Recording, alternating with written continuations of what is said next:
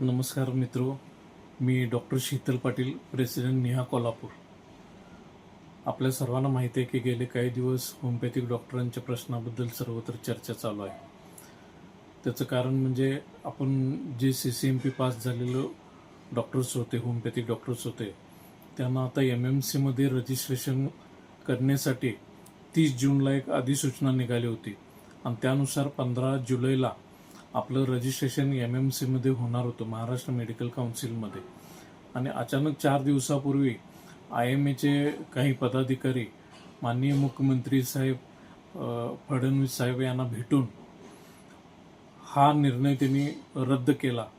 एका तासामध्ये हा निर्णय रद्द झाला की ज्याला आपण गेली 40 वर्ष आपण लढा देत होतो आणि अगदी आपल्या मुखात आलेला घास त्यांनी काढून घेतला.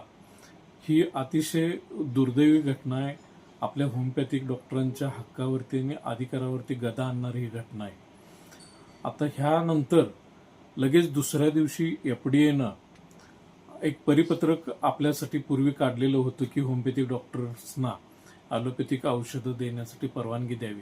ते परिपत्रक त्यांनी मागे घेतलं आणि एवढेच नव्हे तर आज दुपारी 3 वाजता फार्मसी काउन्सिलनं देखील होमिओपॅथिक डॉक्टरांना होलसेलरने ॲलोपॅथिक औषधं इथून पुढे देऊ नयेत अशा पद्धतीचं एक परिपत्रक काढलेलं आहे. हे एकापाठोपाठ एक असे होमिओपॅथिक डॉक्टरांच्यावरती होत असलेले हल्ले, यामुळं आपण सर्वजण व्यथित झालो आहोत, हतबल झालो आहोत.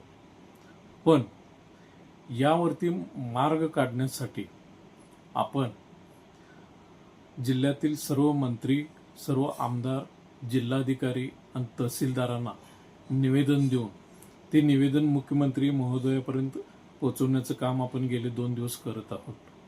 आज पुढील आंदोलनाची दिशा ठरवण्यासाठी बाहुबली शहा सर यांच्या अध्यक्षतेखाली मुंबईमध्ये एक महत्त्वाची मीटिंग झाली. ज्या मीटिंगला काउन्सिलचे आजी-माजी सर्व अध्यक्ष आणि पदाधिकारी हजर होते. त्याचबरोबर महाराष्ट्रातल्या वेगवेगळ्या जिल्ह्यातील पदाधिकारी, होमिओपॅथिक डॉक्टरांचे वेगवेगळ्या असोसिएशनचे पदाधिकारी तिथं हजर होते. आज तिथं बाहुबली शहा सरांनी सर्वांना मार्गदर्शन केलेलं आहे आणि अतिशय त्यांनी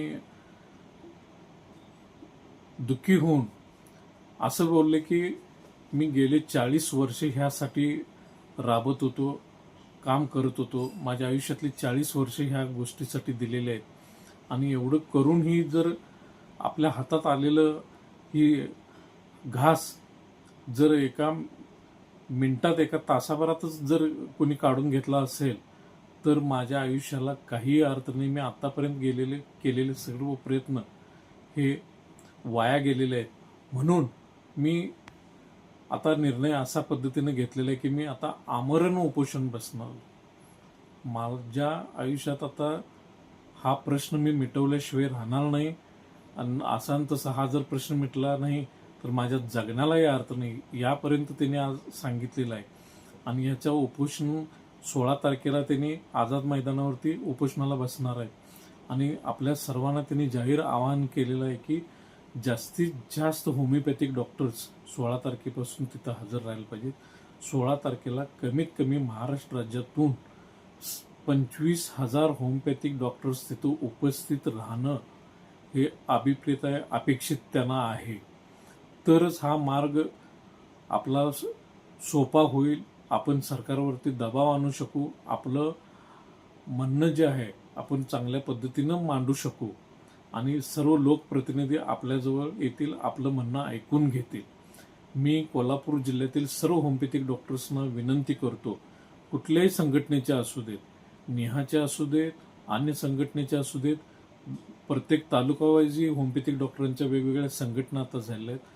आपण सर्वांनी आझाद मैदानावरती 16 तारखेला 10 वाजेपर्यंत पोहोचायची आपण सगळ्यांनी जबाबदारी घेऊ, आपली तिथं ताकद दाखवू आणि सरकारला जो काही निर्णय आता घेतलेला आहे तो मागे घेण्यासाठी नक्कीच त्यांच्यावरती त्यांना भाग पाडू आणि आपला हक्क, आपला अधिकार, आपला स्वाभिमान असंच टिकवून ठेवू. थँक्यू. धन्यवाद.